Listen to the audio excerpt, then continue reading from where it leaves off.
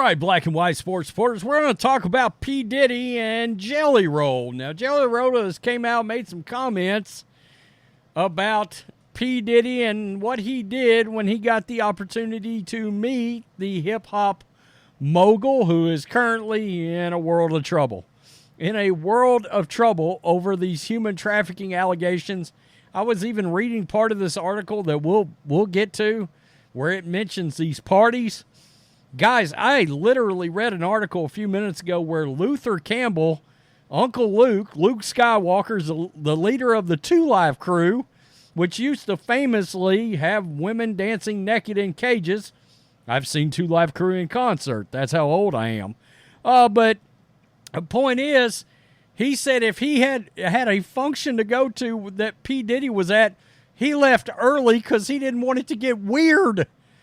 Now, how jacked up is it that the guy that once famously took a picture on an album cover of him sitting on the toilet taking a dump for, I don't know if that was the Band in the USA album, I don't know what it was, but that things got too weird for Luther Campbell to stay around. I mean, whoa, okay, that's pretty damn weird. And right now, P. Diddy is out there.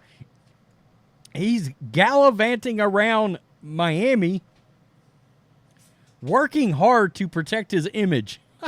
I don't know how you're going to do that. But he's going around Miami. People have seen him like riding a bike. He's going to public places, just hanging out. He's working hard to ensure his brand trust isn't fully eviscerated. Brand expert Eric Schiff told Fox News Digital, the promoter in him, he's a master marketer, understands the power of evidence that can work to convince audiences through what's implied. And what's implied when he's out riding his bike with a smile or with Stevie J eating food is that things are just fine. I don't think things are just fine. I don't. Now, guys, I like Jelly Roll. He at one time was putting out music with Strange Music. I'm a big Tech 9 fan, Chris Calico fan, and they've done a lot of collabs over time. Now, Jelly Roll has sort of went over the country these days, but he told a story about the opportunity to meet P. Diddy, and he bailed. He bailed out on P. Diddy because he got a bad feeling. He got a bad vibe. Look, probably a good idea. We don't know. P. Diddy might like him big and beautiful, so Jelly Roll bailed, and I don't blame him. Man, his radar went off, and it wasn't good. So country music star Jelly Roll revealed that he once bailed on a potential meeting with music mogul Diddy due to a bad feeling. Your instincts served you well.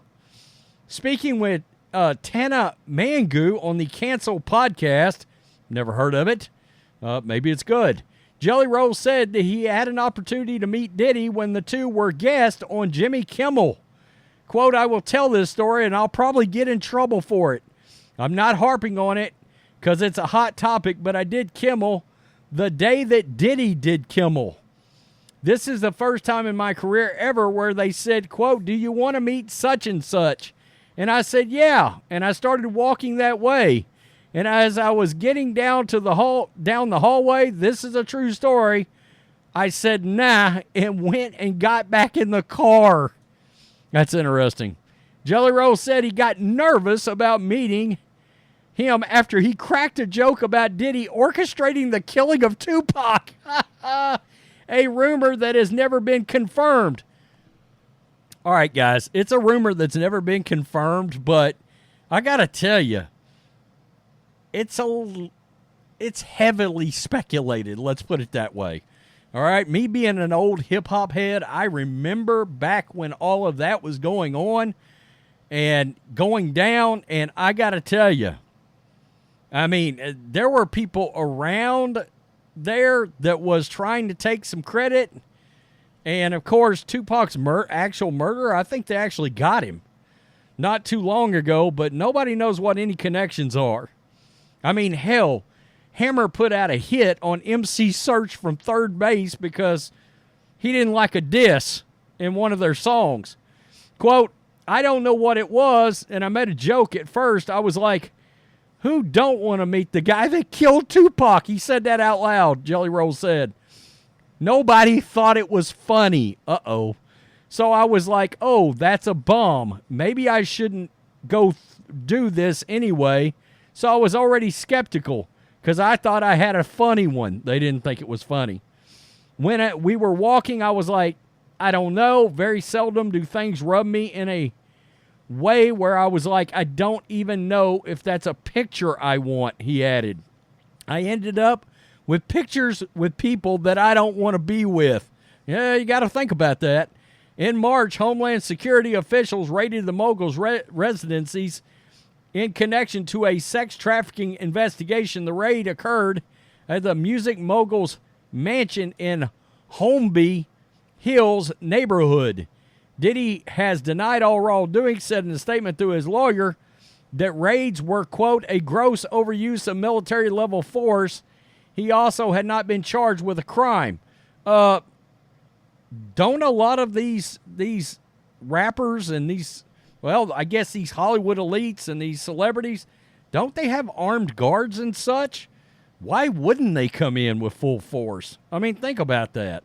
Now, I wouldn't want to take any chances. According to the Tampa Bay Times, the alleged parties, a.k.a. freak-offs, or F.O.s, freak-offs, okay, occurred at some of the swankiest hotels in Miami, Atlanta, New York, Las Vegas, and Los Angeles. This is where shit takes a real turn, folks. Sex parties so brutal that the young women and men lured into them would often vomit and pass out. My wife's like, what?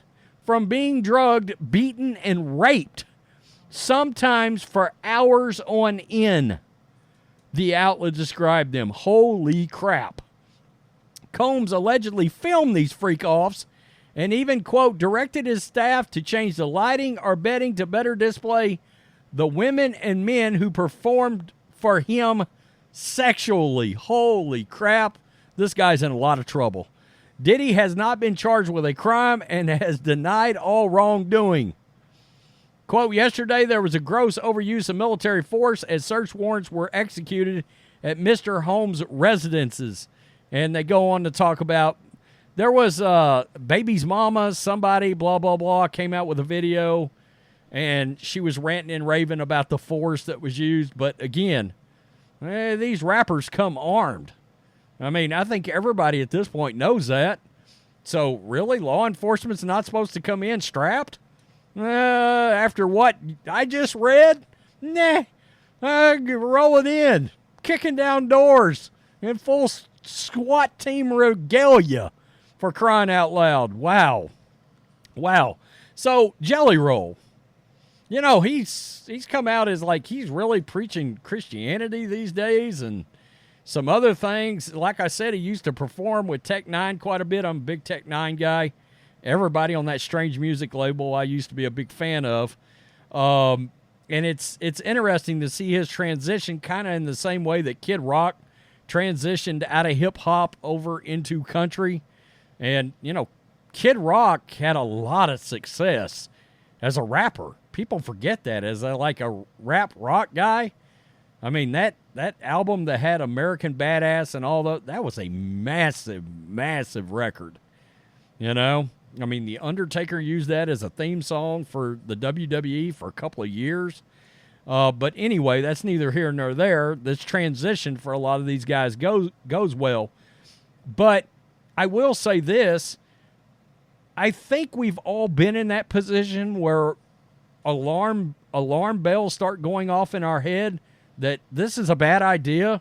Maybe we shouldn't be in this situation. Maybe we should get the H out of Dodge. We've all been there. It's like, I think I'm gonna go. I think I'm out. I don't think this is my scene. We've all been there. I know I have. Yikes. Oof. Man. Anyway, tell me what you think. Jelly Roll, the opportunity to meet Diddy. And look, he did a lot of things with hip hop. Jelly Roll. You know, I mean, a lot of artists might have been like, this is an opportunity. He was like, nah, this is an opportunity to leave. As I believe, as Obi-Wan once said, your instincts serve you well. Yeah. He should have said that to actually Mark Hamill before he endorsed Joe Biden again 2 days ago. What a loser. Peace. I'm out. Till next time.